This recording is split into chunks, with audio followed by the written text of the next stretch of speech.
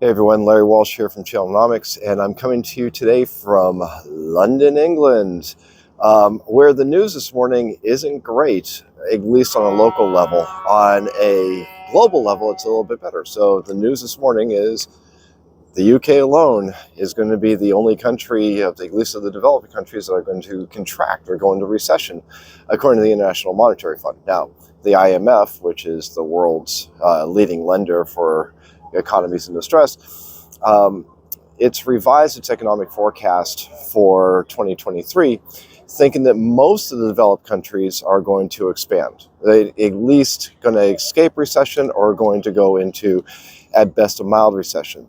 The IMF says the US is going to expand at about 1%. Other major economies in Europe are going to expand between 0.5% and 1.5%.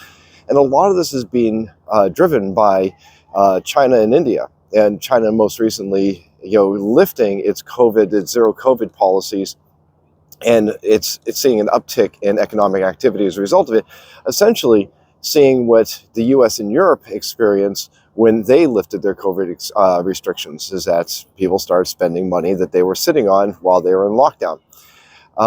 Again, this is somewhat good news, but let's not forget that we are still facing some pretty serious economic conditions over the next 12 to 18 months. However, this is good news for us in the channel and the IT market. Our friends at Gartner tell us that IT spending this year is going to expand about 5.1%.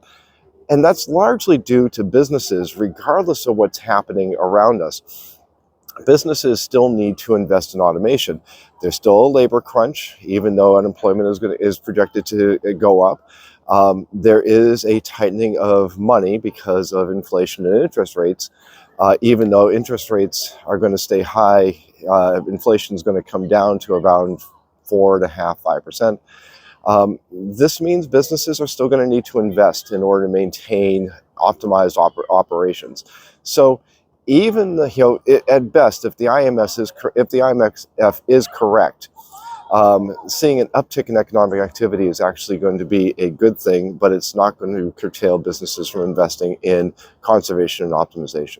So it's not to say that we're not going to experience some pretty significant challenges. It does show that we're going to be far more resilient than we expected.